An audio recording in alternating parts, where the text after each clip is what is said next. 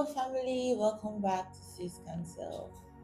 This past few weeks with us has been amazing. I've gotten a lot of feedback, a lot of comments, people getting blessed better by the content I've been putting forth, and I just want to say thank you for sticking with me. Thank you for trusting in the process. If it's your first time here, my name is Confidence and I'm the C of Sis Council. And this is a safe place where we explore different topics just in a bit for us to get better, for us to grow as humans and do better with our lives every single day. I'm starting a new series today on a subject matter that is very powerful. In fact, it is so powerful, it's so deep that instead of a two-part series, it is going to be running for 4 weeks. A total of 8 videos will be dropped, and it's just in a bit for us to understand and get the most out of this topic. Like I said, it's very deep and it's very powerful. What am I talking about? The mind. Yes, the mind is one of the most powerful and yet the most overlooked areas of life. Everything, your thoughts, your relationship, your peace, your progress in life, it all flows from the state of your mind. So, for this very first episode, we are going to be exploring the battlefield of the mind. Life doesn't really change until your mind changes. Your mind has to change for change to flow into your life. And I'm calling this episode the battlefield of the mind because whether you realize it or not, a battle is going on in your head every single day. The thoughts that you let in, the thoughts that you allow to stay, the thoughts that you even kick out, all these things point to the fact that a fight is going on, a war is going on. And if you don't know how to, properly fight this, sorry to say this, but you will always be at the losing end of this battle. So let's dive more into it.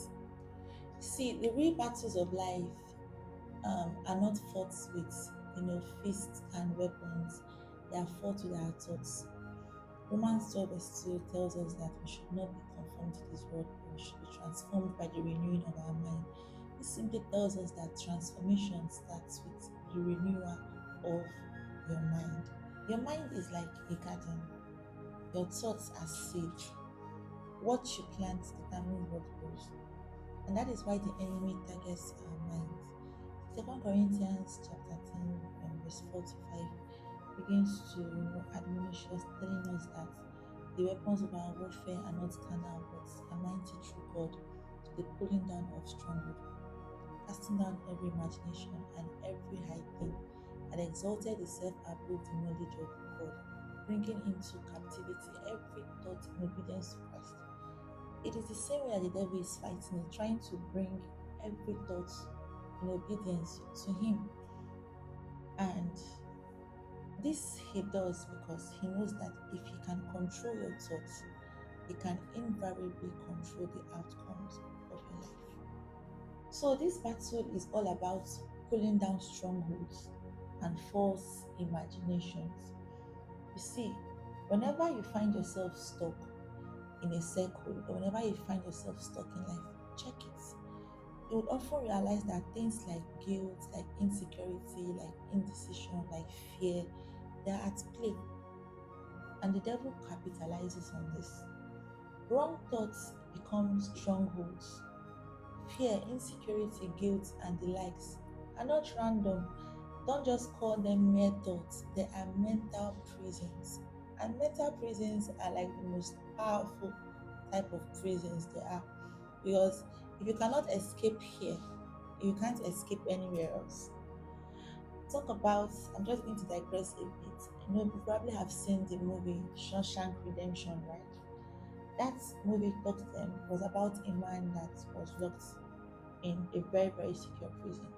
But he kept on and on and on and on thinking about how he was going to escape. And he did it from a maximum security prison. He started here. If he had accepted defeat like every other person and said, "Oh, I'm in a maximum security prison and all that," he would have remained there. So, mental prisons are stronger than physical prisons. So, how do we win this battle? that is happening in our mind.